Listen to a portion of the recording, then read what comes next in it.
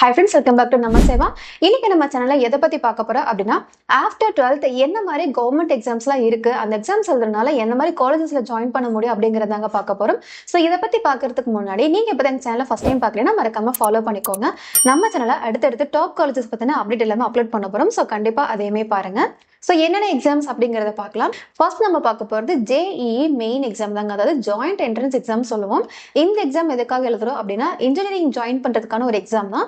இந்த எக்ஸாம் மூலமா நம்ம NIT IIIT காலேஜஸ்ல ஜாயின் பண்ண முடியும். செகண்டா பார்க்க போகிறது JEE advance exam and India's number 1 காலேஜான IITன்னு சொல்லக்கூடிய Indian institute of technology join பண்றதுக்கு இந்த JEE அட்வான்ஸ் எக்ஸாம் தான் நம்ம எழுதணும்.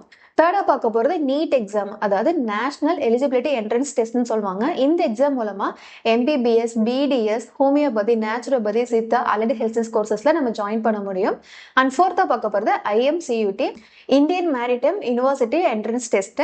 இந்த எக்ஸாம் மூலமா மெரைன் இன்ஜினியரிங் போய் ஜாயின் பண்ண முடியும். அதாவது BE BTech மெரைன் கோர்ஸ் படிக்கணும் அப்படின்னா இந்த IMUCT எக்ஸாம் நம்ம கிளியர் பண்ணணும். அண்ட் ஃபோர்த்தா பார்க்க போகிறது BITSATன்னு சொல்லுவாங்க, அதாவது Birla institute of science and technology.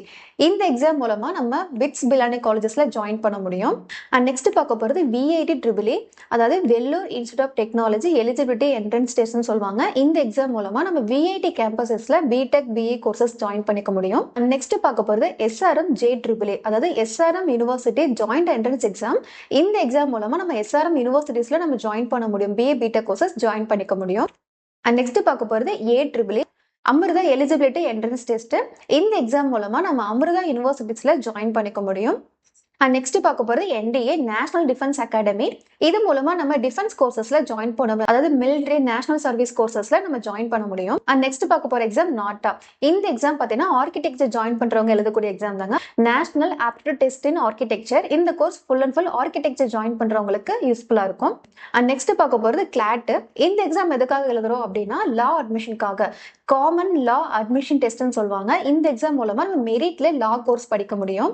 So இந்த எக்ஸாம்ஸ் மூலமா நம்ம டாப் காலேஜஸ்ல engineering, medical, architecture and law இந்த மாதிரி கோர்சஸ் எல்லாமே எடுத்து படிக்க முடியும். ஸோ இது காமனா 12th முடிச்சுட்டு எல்லாருமே அட்டன் பண்ணலாம்.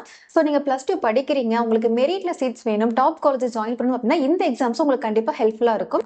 ஸோ இது வரைக்கும் நீங்க இந்த எக்ஸாம்ஸ் பத்தி கேள்விப்படல, அப்ளை பண்ணாம இருந்தீங்கன்னா மறக்காம அப்ளை பண்ணி எக்ஸாம்ஸ் அட்டன் பண்ணுங்க. +2 முடிச்சுட்டு நீங்களுமே டாப் காலேஜ் ஜாயின் பண்ண முடியும். ஸோ இது மாதிரி யூஸ்ஃபுல்லான டிப்ஸ் தெரிஞ்சுக்கிறதுக்கு நம்ம சேனலை கன்வியூஸா பாருங்க. தேங்க்ஸ் ஃபார் வாட்சிங்.